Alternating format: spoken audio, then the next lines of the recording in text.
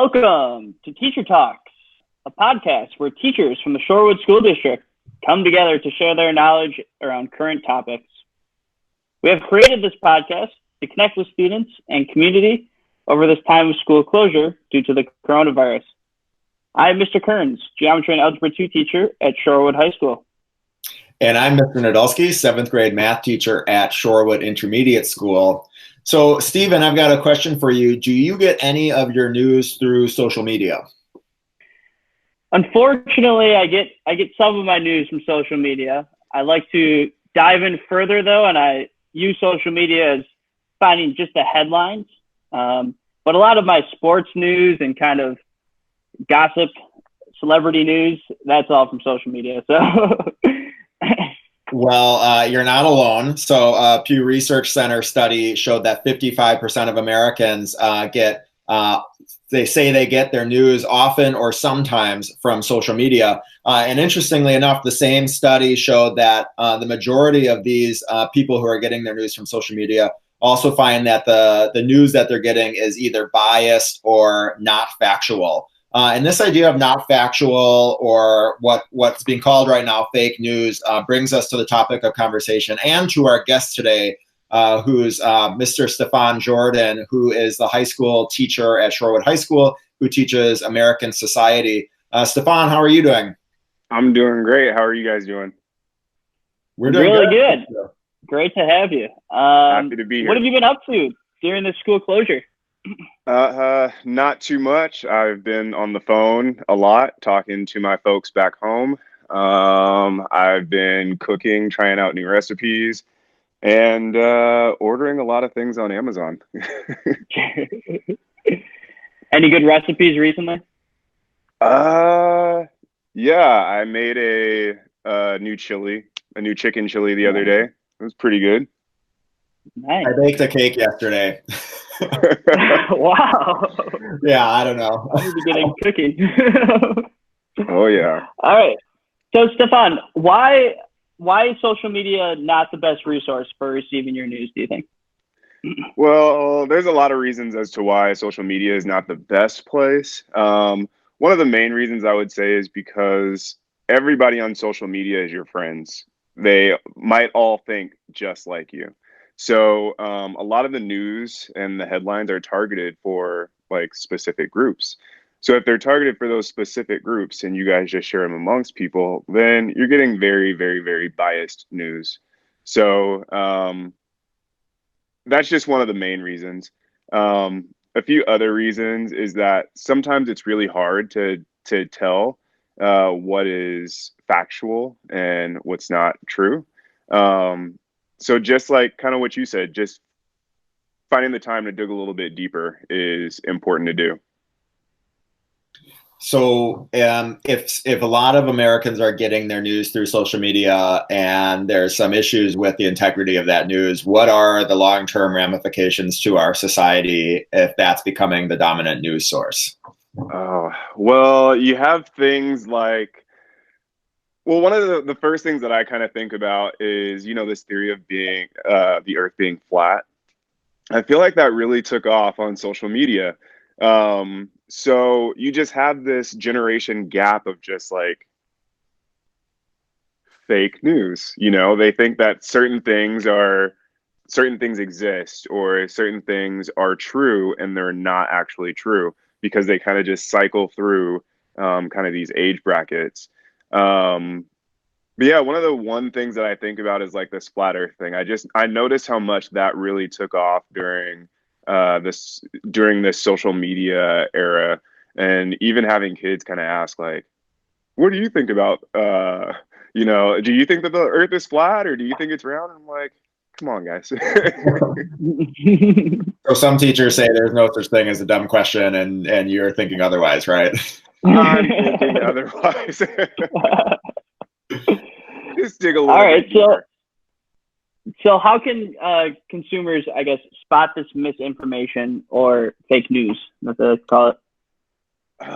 One thing that I think I pointed out a little bit earlier is those headlines. Those headlines, when they're like very catchy, just know that it's the article is probably there just to catch your attention.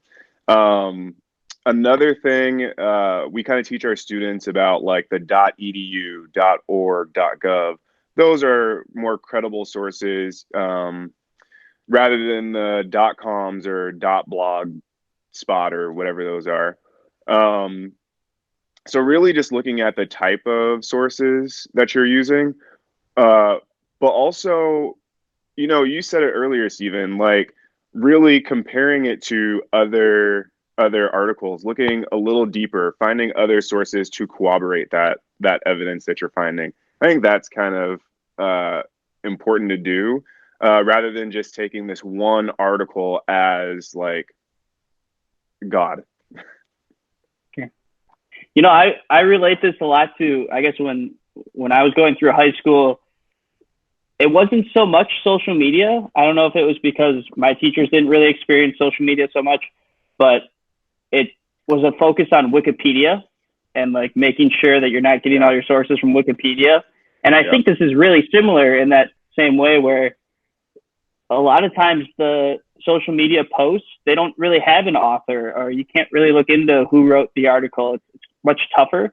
And that's very similar to Wikipedia. So it's kind of, I relate it to like the new age Wikipedia almost. I totally agree with you. Yeah, like when we were kids, it was always stay away from Wikipedia, stay away from like these certain sites, and I think that's still true. Really stay away from certain sites, and then just really those biased. You can't find the author, you can't find any other publishings that this author has done. Maybe stay away from those. Right, sure. Okay, so we are looking at like the type of website we're looking at. We're looking to see if there's an author, a known author. We're looking to see if we can corroborate the information, or if the author of the article corroborates information. Let's say we're reading something on social media or wherever we're getting our news, and we have a feeling like it is fake news or it is misinformation. What do we as media consumers do then? I think the number one thing to do is report it. And then the number two thing to do is don't share it. By sharing it, you're kind of just giving into what the news article wants you to do, kind of either panic or have this extreme reaction. So don't share it, and report it. I think there are some social media platforms that are doing a pretty good job at making sure that they're stopping fake news. But I mean, we saw just the other day, there was a social media platform that was wrongfully taking down things that were factual. So there are some companies that are doing good things. There are some companies that are really still trying to figure it out. So it seems like the idea of fake news is somewhat current and often somewhat partisan. Like, how do politics play into this idea of fake news and questioning media bias? Oh, that's a really good question. I think that politicians, number one, are very used to getting their news from maybe one source that they've been getting their news from for ages. Like Fox or the Wall Street Journal or things like that.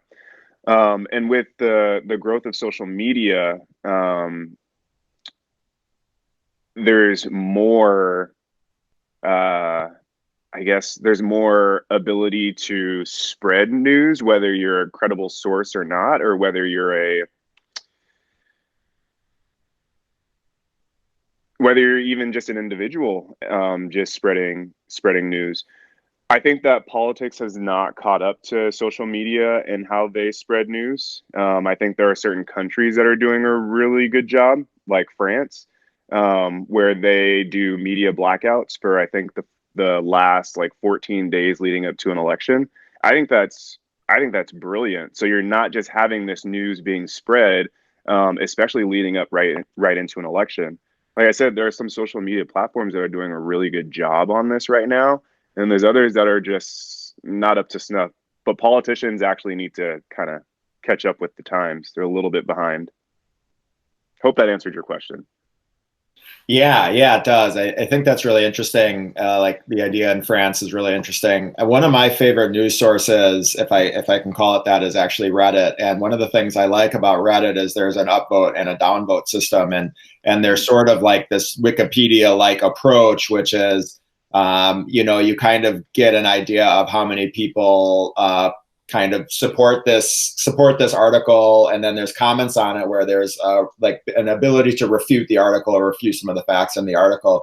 Do you think part of fighting fake news is getting more hands in the news mix, or do you think it's getting the general public out of the news and leaving the news to professional journalists? Very good question. So I've never actually used Reddit. I've heard about this Reddit thing, but I think that's really a really interesting way of doing things. I've never thought about that, like having a rating system for news. I think that's really interesting. To answer your question, though, I do think that the general public should be kind of out of creating news, because it's taking the integrity away from reputable news sources. You're seeing like these newspapers going, that they're tanking because they really don't have a way to compete with these freelance news folks. So I kind of think that's really tough. I think that people should be hands off and that we should just leave it to the reputable news sources. But at the same time, it's also our duty to know the news. So I think that's what drives people to want to create news, whether it's true or not. Yeah, it's also tough to say, like, it's not your job to create this news article or something like that. Like everyone wants to be a news source or something. Well, very interesting stuff. Thank you, Stephone, for joining us this morning. We're going to move on to the Shorewood shout out. It's time for your Shorewood shout out. The goal of the Shorewood shout out is to give praise and shine light on positive news that we hear going on in the community. So Sam, do you want to give your Shorewood shout out today? Yeah, so our Shorewood shout out for today's podcast is the immense support that I've been seeing, especially on social media, speaking of social media, for supporting small businesses. As we know, during the quarantine, a lot of our small businesses are closed. A lot of our employees are getting laid off or are losing hours. And what I've been seeing a lot of Shorewood families doing is advocating for supporting those small businesses, either through doing carryout or making online purchases. One of my ways that I have been supporting some of my favorite businesses and my favorite local businesses is by buying gift certificates. It's an easy way to give small businesses an influx of cash now that I would be spending with them anyway. So I'll give them the cash now. I'll get the benefit of the service a little bit later, and that's going to help some of our small businesses stay afloat or pay some of their employees who are laid off right now. So keep up the good work, Shorewood. Keep supporting our small businesses. Very cool. With that, thank you all for joining us. Be sure to comment and subscribe to this post. We want to hear from you. We want to hear how you're doing. And with that, have a great day. Thank you, Shorewood. Thank you. Thanks for having me.